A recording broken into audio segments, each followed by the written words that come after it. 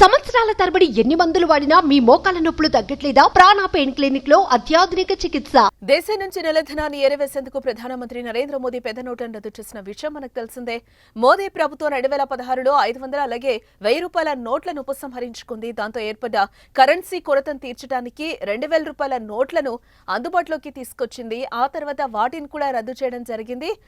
SLBC సమావేశంలో చంద్రబాబు చేసిన comments ఇప్పుడు హాట్ టాపిక్ గా మారాయి.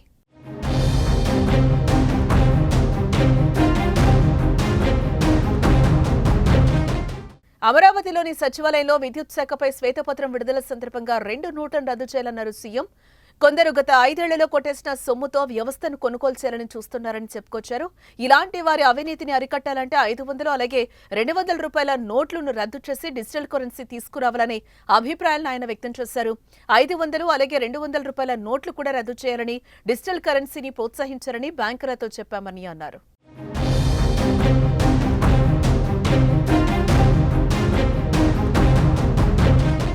నోట్ల రద్దుపై చంద్రబాబు చేసిన కామెంట్స్ దేశవ్యాప్తంగా ఇప్పుడు చర్చనీయాంశమైంది. ఎన్డీఏ ప్రభుత్వంలో భాగస్వామ్యంగా ఉన్న టీడీపీ అధినేత చంద్రబాబు కామెంట్స్ ను అంత తేలిగ్గా తీసుకోలేమని రాజకీయ విశ్లేషకులు కూడా అంటున్నారు. 500 అలాగే 200 రూపాయల నోట్ల రద్దు కావాలన్న చంద్రబాబు కామెంట్స్ గురించి కేంద్రం ఆలోచించి నిర్ణయం తీసుకునే అవకాశం ఉందనే వాదన కూడా బలపడుతోంది.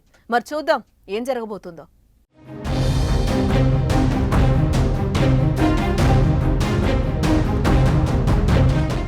సుమన్ టీవీలో మీ పర్సనల్ అండ్ బిజినెస్ ప్రమోషన్స్ కోసం కింది నెంబర్కి కాంటాక్ట్ చేయండి.